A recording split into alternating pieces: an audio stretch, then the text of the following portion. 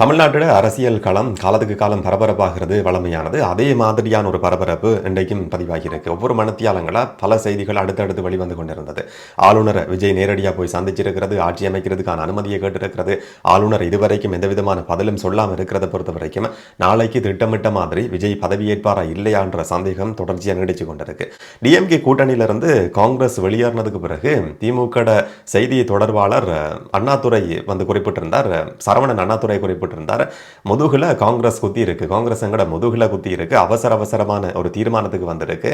இந்த மாதிரி இருக்கிற காங்கிரஸ் கட்சியை வந்து நம்பவே முடியாதுன்னு சொல்லி சரவணன் அண்ணாதுரை இன்னைக்கு குறிப்பிட்டிருந்ததை பார்க்க முடிஞ்சது. அதாவது காங்கிரஸை நம்ப முடியாது, காங்கிரஸ் முதுகுல குத்தி இருக்கு என்ற வார்த்தையை கேள்விப்பட்டதும் எனக்கு உள்ளுக்குள்ள கொஞ்சம் சிரிப்பாக தான் இருந்ததுன்னு சொன்னால், காங்கிரஸை பொறுத்த வரைக்கும் எங்களை பொறுத்த வரைக்கும் காங்கிரஸ் எப்படியான ஒரு கட்சி என்றதும் கடந்து வந்த ஒரு 2 பக்கங்களை கொண்டிருக்கிற ஒரு வரலாறு எங்களுக்கு இருக்கு. டிஎம்கே கூட்டணியில் இதுவரைக்கும் இருந்து வந்த காங்கிரஸ் வெளியேறினதுக்கு பிறகுதான் டிஎம்கேக்கு தெரிஞ்சிருக்கிறதா சொல்லப்படுது.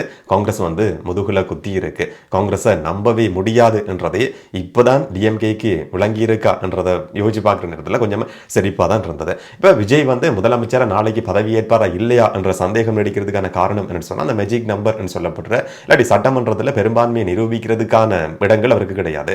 ஏன்னு சொன்னால் 108 இடங்களில் மட்டும் வெற்றி அடைஞ்சிருந்தார். அதில் 2 தொகுதிகளில் வந்து விஜய் நேரடியாக போட்டி போட்டு விஜய் வெற்றி பெற்றிருக்கிறார். ஒரு இடத்துல வந்து அவரை பதவி விலக வேண்டி இருக்கு. இன்னொரு பக்கம் ஒரு நபர் வந்து சபாநாயகர் என்ற பதவிக்கு நியமிக்கப்பட இருக்கிறார். அப்போ குறைஞ்சபட்சம் ஒரு மேலதிகமாக வந்து 13 பேரினுடைய ஆதரவாவது இருந்தால் தான் இப்போதைக்கு முதலமைச்சர் அவர் பதவியேற்க முடியும், இல்லாட்டி பெரும்பான்மையை நிரூபிக்க முடியும் என்ற மாதிரியான ஒரு நிலைமை இருக்கு. இப்போ காங்கிரஸ் வந்து இன்றைக்கு உத்தியோகபூர்வமாக தமிழ்நாடு காங்கிரஸ் விஜயை நேரடியாக சந்திச்சிருக்கிறாங்க, அவருக்கு வாழ்த்து சொல்லி இருக்கிறாங்க, சில பேச்சுவார்த்தைகள் நடத்தப்பட்டிருக்கு. ஏற்கனவே எதிர்பார்க்கப்பட்ட மாதிரி காங்கிரஸ் வந்து டிஎம்கே கூட்டணியிலிருந்து வெளியேறி விஜய்க்கான ஆதரவை நேரடியாக பகிரங்கமாக இன்னைக்கு ஆரம்பிச்சிருக்கிறாங்க. அங்கே 5 பேர் இருக்கிறாங்க.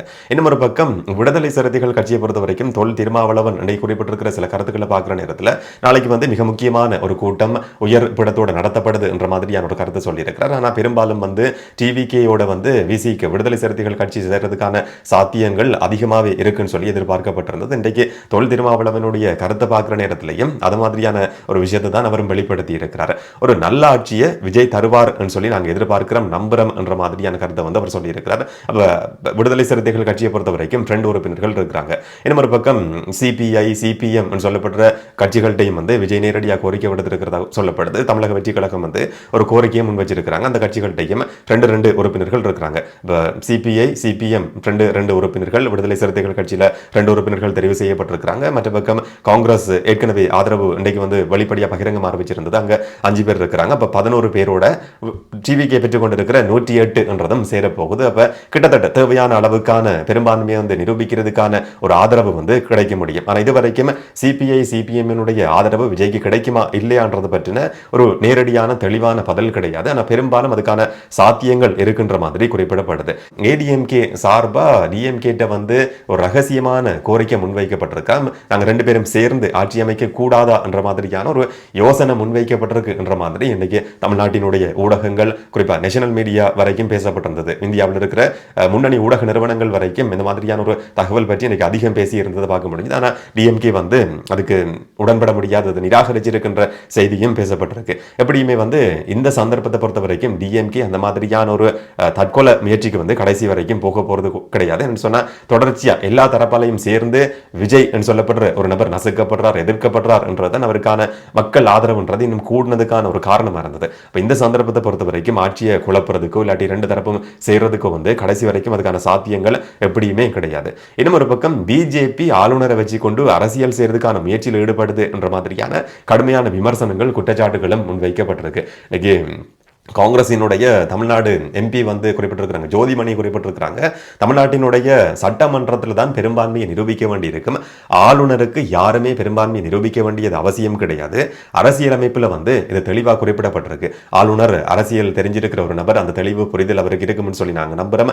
மக்களுடைய தீர்ப்புக்கு எதிராக வந்து ஆளுநர் கடைசி வரைக்கும் செயற்பட முடியாது, விஜய் ஆட்சி அமைக்கிறதுக்கான அழைப்பு உடனடியாக விடுக்கப்படணும் சொல்லி காங்கிரஸ் எம்பி ஜோதிமணி வந்து இன்னைக்கு ஒரு அறிக்கை வெளியிட்டிருந்ததை பார்க்க முடிஞ்சது. ஆளுநரை பயன்படுத்தி கொண்டு கொண்டு பிஜேபி அரசியல் செய்யறதுக்கான ஒரு முயற்சியில் ஈடுபட்டு கொண்டிருக்குன்னு சொல்லி கடுமையான பகிரங்கமான ஒரு விமர்சனத்தையும் அவங்க முன் வச்சிருக்கிறாங்க. இந்த மாதிரியான செய்திகள் பேசப்படுற சந்தர்ப்பத்திலையும் மக்களுக்கு இன்னும் விஜய் மேல இருக்கிற ஆர்வம்ன்றது அந்த ஆதரவுன்றது அதிகரிக்க போகுது. ஒரு பக்கம் ஏடிஎம்கே டிஎம்கே சொல்லப்பட்ட ரெண்டு கட்சிகளும் சேர்ந்து எதிர்த்ததா இருக்கலாம். இப்ப பிஜேபி தெரிவு செய்யப்பட்டதுக்கு பிறகு பெரும்பாலான உறுப்பினர்களை பெற்றுக்கொள்ள முடியலன்னு சொன்னாலும் 118 உறுப்பினர்களை பெற்றுக்கொள்ள முடியலன்னு சொன்னாலும் இன்னைக்கு ஒரு 35% வாக்குகளை பெற்றுக்கொண்டிருக்கிற கட்சி ஒரு தனிப்பெரும் கட்சியா உருவெடுத்திருக்கிற கட்சியால கூப்பிடுறதுக்கு ஆட்சி அமைக்கிறதுக்கு கூப்பிடுறதுக்கு ஆளுநர் மறுக்கிறார் என்றதும் பிஜேபி மறைமுகமா ஆளுநரை வச்சுக்கொண்டு அரசியல் செய்யறதுக்கான முயற்சியில் ஈடுபடுது என்ற குற்றச்சாட்டுகளை பொறுத்த வரைக்கும் அந்த ஆதரவுன்றது இன்னும் கூடுறதுக்கான சாத்தியம் தான் எப்படியுமே இருக்க போகுது. ஆனா இன்றைக்கும் நேரடியா நேற்று கடிதம் அனுப்பப்பட்டிருந்தது ஆளுநருக்கு.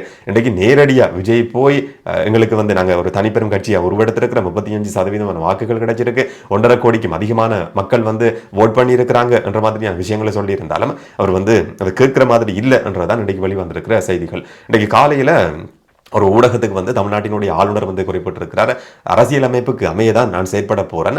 118 என்றது ஆட்சி அமைக்கிறதுக்கு தேவையான பெரும்பான்மையான உறுப்பினர்கள் எங்கள்கிட்ட இருக்கிறாங்கன்னு சொல்லி முழுமையான விவரங்கள் சமர்ப்பிக்கப்படணும் என்ற மாதிரியான கருத்தை அவர் குறிப்பிட்டிருக்கிறார். இன்றைக்கு என்பி ஜோதிமணி குறிப்பிட்டிருக்கிற மாதிரியும் சில அரசியல் விமர்சகர்கள் குறிப்பிட்ட மாதிரியும் அரசியலமைப்புக்கு அமைய சட்டமன்றத்தில் தான் எந்த கட்சிக்கு இல்லாட்டி எந்த கூட்டணிக்கு பெரும்பான்மை இருக்குன்னு சொல்லி நிரூபிக்கணுமே தவிர ஆளுநருக்கு அதை காட்ட வேண்டிய அவசியம் கிடையாது. ஒரு தனிப்பெரும் கட்சியை உருவெடுத்திருக்கிற கட்சிக்கு ஆளுநர் நேரடியாக அழைப்பு விடுக்க வேண்டியதான் முக்கியமானது என்ற மாதிரியான கருத்துக்கள் தான் தொடர்ச்சியாக தமிழ்நாட்டை பொறுத்த வரைக்கும் பேசப்படுது. இன்னைக்கு தமிழக வெற்றி கழகத்தோட காங்கிரஸ் கைகோர்த்தருக்கு சேர்ந்து செயற்பட போறாங்க என்றதை பொறுத்த வரைக்கும் ஈழ தமிழர்களை பொறுத்த வரைக்கும் எங்களால் கடைசி வரைக்கும் இதை ஏற்றுக்கொள்ள முடியாது, எப்படி நியாயப்படுத்த முடியும், எங்களுக்கு மிகப்பெரிய ஒரு துரோகத்தை செய்திருக்கிற கட்சி என்ற அடிப்படையில் டிஎம்கேயும் அதுக்கு குறைஞ்ச கட்சி கிடையாது. அவங்களுக்கும் ஒரு இருண்ட கருப்பான வரலாறு இருக்கு. எங்களோட விஷயத்தை பார்க்குற நேரத்தில் இன்னொரு பக்கம் காங்கிரஸுக்கும் அதே மாதிரியான ஒரு வரலாறு தான் இருக்கு. அப்ப ரெண்டு பேரும் இதுவரைக்கும் 10 வருஷங்கள் கூட்டணியிலிருந்து செயற்பட்டிருக்கிறவர்கள் இன்னைக்கு டிஎம்கே கூட்டணியிலிருந்து காங்கிரஸ் வெளியேறி இருக்கு. இப்போ வெளியேறி டிவிகேயோட சேர்ந்ததுக்கு பிறகு எப்படி இந்த மாதிரி தமிழர்களுக்கு துரோகம் செய்திருக்கிற கட்சியோட தமிழக வெற்றி கழகம் கைகோர்க்க முடியும், சேர்ந்து செயற்பட முடியும், இதை கடைசி வரைக்கும் ஏற்றுக்கொள்ள முடியாது தானே என்ற மாதிரியான ஒரு விமர்சனம், ஒரு ஆதங்கம் எல்லார் மத்தியிலையும் ஈழத்தமிழர்கள் மத்தியிலையும் இருக்கு. இது நியாயமான ஒரு ஆதங்கமும் கூட. ஆனா தமிழ்நாட்டில் இருக்கிற மக்களை பொறுத்த வரைக்கும் இன்னைக்கு எவ்வளவோ விஷயங்கள் மாறி இருக்கு. தமிழ்நாட்டில் மட்டும் கிடையாது, இலங்கையிலையும் பல விஷயங்கள் மாறி இருக்கு. எங்களுக்கு எதிரான நிலைப்பாடுகளை, கடுமையான நிலைப்பாடுகளை கொண்டிருந்த சுனாமியால பாதிக்கப்பட்ட நேரத்தில் கூட அந்த காசு பொதுமக்களுக்கு போய் சேரக்கூடாதுன்னு சொல்லி போராட்டங்களை நடத்துற அளவுக்கு ஒரு தீவிரமான அரசியல் சக்தியா செயற்பட்டு கொண்டிருந்த ஜேவிபி தேசிய மக்கள் சக்தியா மாற்றம் பெற்றதுக்கு பிறகு தமிழ் மக்களினுடைய கணிசமான வாக்குகள் ஜனாதிபதி அனுரகுமார திசாநாயகவுக்கு கிடைச்சிருந்தது. ஒரு வரலாற்று சாதனை மாதிரி பாராளுமன்ற உறுப்பினர்கள் கூட யாழ்ப்பாணத்திலிருந்து தேசிய மக்கள் சக்தி ஜேவிபி தேசிய மக்கள் சக்தி சார்பாக செயற்பட்டிருந்தாங்க, தெரிவு செய்யப்பட்டிருந்தாங்க. இது எல்லாத்தையும் ஒப்பிட்டு பார்க்குற நேரத்தில் மக்கள் சில விஷயங்களை மறக்கிறதுக்கு ஆரம்பிச்சிருக்கிறாங்களா, இல்லாட்டி அதெல்லாம் கடந்த காலத்தில் நடந்த சம்பவங்கள், கடந்து போக முடியும் என்ற மாதிரியான ஒரு நிலைப்பாடு மக்கள் மத்தியில் உருவாகி இருக்கா என்ற ஒரு கேள்வியும் இதுக்கு பின்னால் இருக்கு. இன்னொரு பக்கம் ஈழத்தமிழர்களினுடைய நலன் என்ற விஷயத்தை பொறுத்த வரைக்கும் கடந்த காலங்களில் வேணும்னு சொன்னா போர் நடந்த காலம் இல்லாட்டி போருக்கு பிறகு ஒரு 4-5 வருஷங்களுக்கு பெரிய ஒரு தாக்கம் தமிழ்நாட்டினுடைய அரசியலை பொறுத்த வரைக்கும் தேர்தலை பொறுத்த வரைக்கும் இருந்தது. ஆனால் இன்றைய காலகட்டத்தை எடுத்து பார்க்குற நேரத்தில் அதுக்கான அதிகமான செல்வாக்கு என்றது கிடையாது. இப்போ கடந்த காலங்களில் இந்த மாதிரியான சம்பவங்கள் நடந்திருக்கு என்றது கூட அந்த வரலாறு கூட எத்தனை பேருக்கு ஞாபகம் இருக்கும், இல்லாட்டி ஞாபகத்தில் வச்சுக்கொள்றதுக்கு விரும்புறாங்க என்ற ஒரு கேள்வியும் இருக்கு. அப்ப தமிழ்நாட்டில் இருக்கிற இப்ப உருவாகி இருக்கிற அரசியல் களத்தை பொறுத்த வரைக்கும் ஈழத்தமிழர்களுக்கு துரோகம் செய்திருக்கிற ஒரு கட்சியோட தமிழக வெற்றி கழகம் சேர்ந்திருக்கிறது நாங்கள் ஏற்க போறாது கிடையாது என்ற மாதிரியான ஒரு நிலைப்பாட்டுக்கு மக்கள் வருவாங்கன்னு சொல்லி நாங்கள் யோசிக்கவும் முடியாது. அந்த அளவுக்கு ஆழமான அரசியல் தெளிவும் புரிதலும் இருக்கிற மக்கள் தான் பெரும்பாலும் ஒப்பிட்டு பார்க்கிற நேரத்தில் ஓட் பண்ணி இருக்கிறாங்களா என்ற சந்தேகம் கூட பலராலையும் தொடர்ச்சியாக முன்வைக்கப்படுது. விஜய் என்ற ஒரு சக்திக்காக, விஜய் என்ற ஒரு தனி மனிதருக்காக, அவர் காட்டின விசில் என்ற சின்னத்துக்காக மட்டும்தான் வாக்குகள் விழுந்ததை தவிர வாக்காளர்கள் யாரு என்று சொல்லி கூட பார்க்காம நிறைய இடங்கள்ல நிறைய பேர் தெரிவு செய்யப்பட்டிருக்கிறாங்க. முதலமைச்சராக இருந்த எம்.கே. ஸ்டாலின் கொளத்தூர்ல தன்னுடைய சொந்த தொகுதியில கூட தோல்வி அடைஞ்சதுக்கான காரணம் கூட அதுதான். அவரை எதிர்த்து போட்டியிட்டவர் இந்த அளவுக்கு பலமான ஒரு நபர் என்றதையும் தாண்டி விசிலுக்கு விழுந்திருந்த ஒரு வாக்காதான் அது பார்க்கப்பட்டிருந்தது. இந்த மாதிரியான விஷயங்களை பொறுத்த வரைக்கும் தமிழ்நாட்டில் இருக்கிற மக்களாக இருக்க முடியும், இல்லாட்டி இலங்கையிலையும் கூட இந்த மாதிரியான சம்பவங்கள் நடந்திருக்குன்னு சொல்லி பார்க்கிற இடத்துல தமிழர்களுக்கு நடந்திருக்கிற இழைக்கப்பட்டிருக்கிற மிகப்பெரிய ஒரு அநீதி, தமிழர்களுக்கு எதிரான ஒரு சக்தியோட விஜய் கைகோர்த்திருக்கிறார் என்ற விஷயம் கடைசி வரைக்கும் பெரிய அளவுல பேசுபொருளா மாற போறது கிடையாது. மக்கள் அதை பற்றி பெருசா யோசிக்கிற ஒரு நிலையில இல்லை என்றதுதான் பல தேர்தல் முடிவுகள் எங்களுக்கு வெளிப்படுத்தி இருக்கு. இப்ப கடைசியில விஜய் ஆட்சி அமைப்பாரா இல்லையா என்ற கேள்விக்கான ஒரு நேரடியான பதில் இன்றைக்கும் கிடையாது. நேரடியா ஒரு கோரிக்கை முன்வைக்கப்பட்டிருந்தாலும் அந்த கோரிக்கையும் இதுவரைக்கும் ஏற்றுக்கொள்ளப்படலை. நேரு ஸ்டேடியத்தில் பதவியேற்பு நிகழ்வுக்கான ஏற்பாடுகள் செய்யப்பட்டு வருது. நாளைக்கு நடக்குமா இல்லையான்றது இப்போ வரைக்கும் நிச்சயமில்லாத ஒரு விஷயமா தான் இருக்கு. நடக்க போகுதுன்றதை நாங்கள் பொறுத்திருந்து பார்க்கலாம். ஆனால் தமிழக வெற்றி கழகத்துக்கு எதிராக இப்போதைக்கு 2 கட்சிகள் சேர்ந்து சதி செய்ய போகுது, இல்லாட்டி பிஜேபி ஆளுநரை பயன்படுத்தி கொண்டு ஆட்சி அமைக்கிறதுக்கு அழைப்பு விடுக்காம தொடர்ச்சியாக காலம் கடத்த போகுது என்றதை பொறுத்த வரைக்கும் அந்த மாதிரியான சம்பவம் தொடருமா இருந்தால் அது விஜய்க்கான ஆதரவை இன்னும் அதிகரிக்க செய்யுமே தவிர வேற எந்த ஒரு மாற்றத்தையும் கடைசி வரைக்கும் கொண்டு போகிறது கிடையாது. எல்லாருக்கும் இருக்கிற ஒரே ஒரு தெரிவு என்னன்னு சொன்னா, தமிழக வெற்றி கழகம் ஆட்சி அமைக்கிறதுக்கு குறைஞ்சபட்சம் ஒரு சில மாதங்களாவது காலத்தை கொடுக்கிறது மட்டும்தான் அங்க இருக்கிற எல்லா கட்சிகளுக்கும் இருக்கிற ஒரு தெரிவுன்னு சொல்லி தான் நாங்க விளங்கிக் கொள்ள வேண்டியிருக்கு.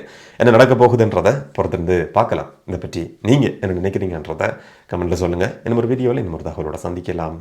வணக்கம்.